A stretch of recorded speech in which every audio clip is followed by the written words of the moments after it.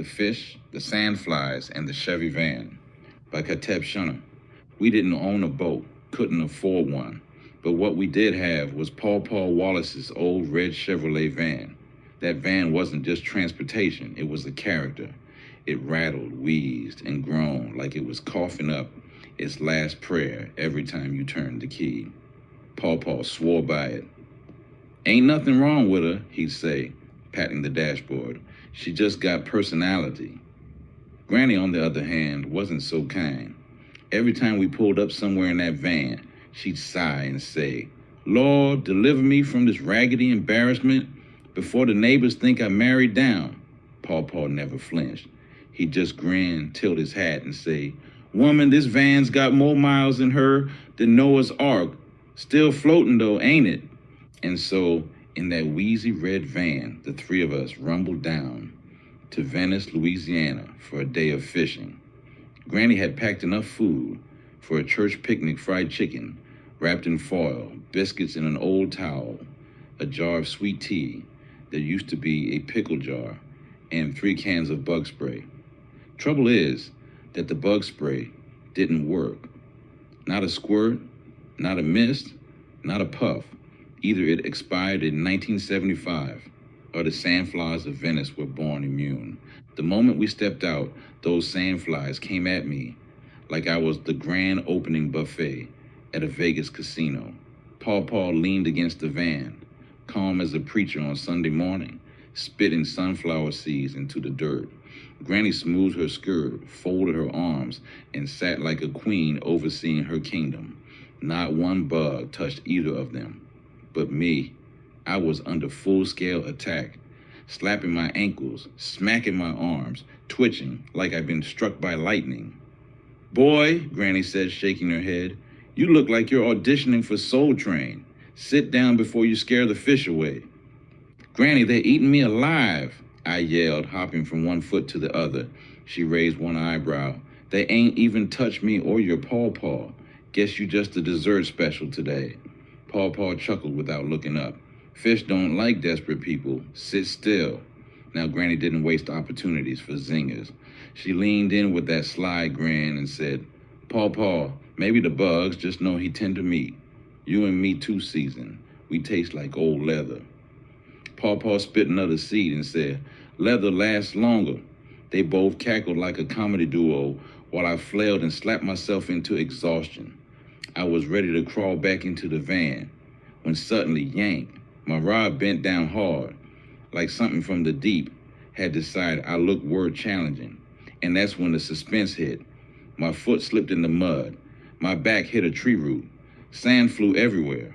I almost toppled headfirst into the water, spinning like a tornado, while the sand flies celebrated my impending demise. Paw yelled, "Don't you drown yourself. You are letting that fish win without even trying." Granny hollered, "Keep your balance, boy. If you fall in, you're swimming home with no clothes and no dignity." I barely held on, swinging the rod like a lifeline, while the fish danced and pulled like it had a vendetta. Every slap of water, every tug, made me flinch harder. And the sand flies, they feasted like the world was ending. Finally, with one last desperate heave, I hauled it out a huge shining fish, big as my forearm, wriggling, flopping, and blinding me in the sunlight. "Look at that," I shouted. "I did it." And then smack! The thing slapped me clean across the face, knocked my cap sideways, and flopped straight back into the water like it had a meeting to get to. Silence, just a plop of water as it disappeared. Paw spit his seed, tilted his hat, and said dryly, "Well, at least you caught something. Not many folks can say they got kissed by their dinner." Granny folded her arms and said, "All that fuss and you let it slip. That fish swam off laughing at you. Lord, give this boy some grip." Then she leaned back, sipped her sweet tea, and added with a smirk, "Next time, just let me do it. I don't have time to lose fish or reputation." They both laughed so hard I thought they'd fall off their chairs. And me, I just stood there, covered in bug bites, pride in tatters, smelling like fish slime. But here's the thing I realized later. Life is full of moments just like that. You fight, You strain. You think you've got something in your hands, a dream, a chance, a blessing, and then it slips right through your grip. It hurts. It embarrasses you. Folks might even laugh, but Granny always had a way of flipping wisdom into her sass. She told me that evening, if it slipped away, it wasn't for you. God don't let what's yours swim off. What's meant for you don't need chasing. It'll come to your line and stay put. Paw added, sometimes the lesson's worth more than the fish. Fish feeds you once. Wisdom feeds you forever. That day, I didn't bring home fish. I brought home bites, bruises, and Granny sass. I brought home Paw's dry humor. But I also brought home something bigger. Patience, humility, laughter, and the reminder that even when life bites, slaps, and rattles you around like a Chevy van on a bumpy road, the Creator is in every moment.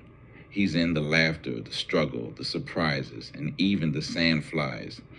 The spiritual lesson, faith is like fishing.